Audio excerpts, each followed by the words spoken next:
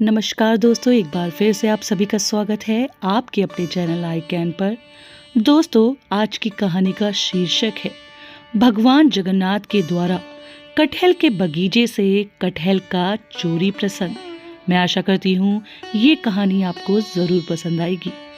दोस्तों, एक बार रात के समय जगन्नाथ जी अपने भक्त रघुदास जी के पास आते हैं, जो जगन्नाथपुरी में ही रहते हैं, और कहते हैं, रघु, चलो आज हम राजा के बगीचे से कटहल चुराते हैं, या फिर हम दोनों मिलकर उसका पान करेंगे। जगन्नाथ जी की बात सुनकर रघु ने कहा, लेकिन आपको कटहल चुराना क्यों है? यदि आप कटहल खाना चाहते हो तो मैं राजा से कहकर आपके लिए कटहल लाऊंगा। लेकिन यह सुनकर जगन्नाथ जी ने कहा, नहीं रघु, ऐसे तो मुझे हर दिन सभी चीज मिलती है, ऐसे तो मेरे पास किसी चीज की कमी नहीं। ऐसे तो मेरी मैया यशोदा मेरे लिए इतना माखन मलाई बनाती हैं और खिलाती हैं, लेकिन फिर भी मैं गोपियों के घर माखन चुराने जाता हूँ। पता है क्यों? क्योंकि चुरा के खाने में जो आनंद आता है उसका स्वाद ही कुछ अलग है। यह आनंद आसानी से मिलने वाली चीजों से नहीं मिलता। इसलिए मैं चाहता हूँ आज मैं तुम्हें भी इस आनंद की अनुभूति कराऊं। रघुदास जी ने कहा, नहीं, मुझे ऐसी कोई अनुभूति नहीं करनी। अगर राजा को इस बात का पता चल जाए तो वह आपको कुछ नहीं कहेंगे, लेकिन मेरा क्या होगा ये सोचा आपने? रघुदास जी के बार बार मना करने पर भी जगन्नाथ जी उन्हें कटहल चुराने के लिए विवश करने लगे। आखिरकार रघुदास जी क्या करते, थक हार कर भगवान जगन्नाथ की बात माननी पड़ी। और फिर क्या था, भगवान जगन्नाथ या रघुनाथ दास जी चल पड़े राजा के बाग से कटहल चुराने। दोनों बगीचे में पहुंच जाते हैं और एक बड़े पेड़ को देखते हुए जगन्नाथ जी बोलते हैं, देखो रघु, ये पेड़ कितना विशाल है, कितने सुंदर कटहल लगे हैं इस पर। तुम इस पेड़ पर चढ़ जाओ, मैं यहाँ नीचे खड़ा हूँ। तुम ऊपर से कोई अच्छा वाला कटहल तोड़कर नीचे फेंक देना, और नीचे से मैं पकड़ लूंगा, और फिर तुम नीचे आ जाना धीरे से, फिर हम यहाँ से भाग जाएंगे। अब रघुदास जी इसमें क्या बोलते, भगवान तो पहले से ही इन सब कामों में प्रवीण हैं। माखन चुराना हो या कटहल चुराना हो या अपने भक्तों का मन, उनसे अच्छा कौन जानता है। फिर क्या था, रघुदास जी चढ़ गए कटहल के पेड़ पर। उन्होंने एक अच्छा बड़ा सा कटहल तोड़ लिया और नीचे आवाज लगाई, जगन्नाथ, क्या आप तैयार हो?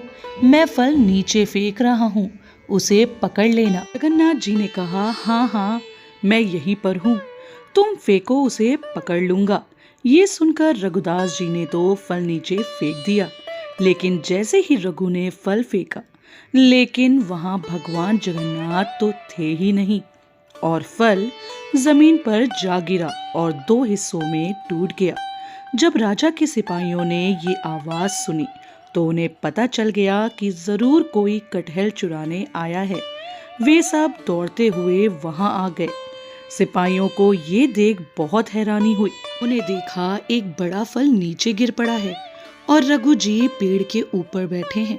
सिपाहियों ने तुरंत जाकर राजा को सूचना देते हुए कहा, आपको सूचित करना पड़ रहा है कि आपके बगीचे में आज रघुदास कटहल का फल चुराने आए थे और अभी भी वो पेड़ पर ही बैठे हैं। यह सुनकर राजा को बहुत आश्चर्य हुआ कि रघुदास जी कटहल चुराने कैसे आ सकते हैं। ऐसा सोचते हुए राजा तुरंत वहां पहुंच गए। जब राजा ने जाकर देखा तो रघु जी अभी भी पेड़ पर ही बैठे थे। राजा ने रघुदास जी को नीचे आने के लिए कहा। फिर राजा ने उनसे पूछा कि मेरे प्रिय गुरु भक्त रघुदास जी, अगर आपको कटहल खाने की इच्छा थी तो आपने इतनी रात को मेरे बगीचे में आने का कष्ट क्यों किया? अगर आप कहते तो मैं ये फल आपकी कुटिया में भिजवा देता। अब रघुदास जी क्या उत्तर देते? उन्होंने राजा को जगन्नाथ जी की सारी बात बताई कि किस प्रकार जगन्नाथ जी ने उन्हें चोरी करने के लिए कहा था और वो खुद मुझे यहाँ अकेला छोड़ गायब हो गए। राजा और सिपाही सभी लोग हंसने लगे। सभी लोगों ने जगन्नाथ और रघु जी की इस लीला का आनंद लिया। राजा भाव विभोर होकर रघुदास जी के चरण में पड़ गए और अपने इस बात से खुश होकर कि भगवान को मेरे बगीचे के कटहल इतने पसंद हैं, उन्होंने पूरा बगीचा भगवान जगन्नाथ जी के नाम कर दिया। और आज भी जगन्नाथपुरी में भगवान जगन्नाथ को उस बगीचे के कटहल का भोग लगाया जाता है। दोस्तों, मैं आशा करती हूँ जगन्नाथ जी की ये कहानी आपको ज़रूर पसंद आई होगी। तो चैनल को सब्सक्राइब और वीडियो को लाइक करना बिल्कुल मत भूलिएगा। धन्यवाद।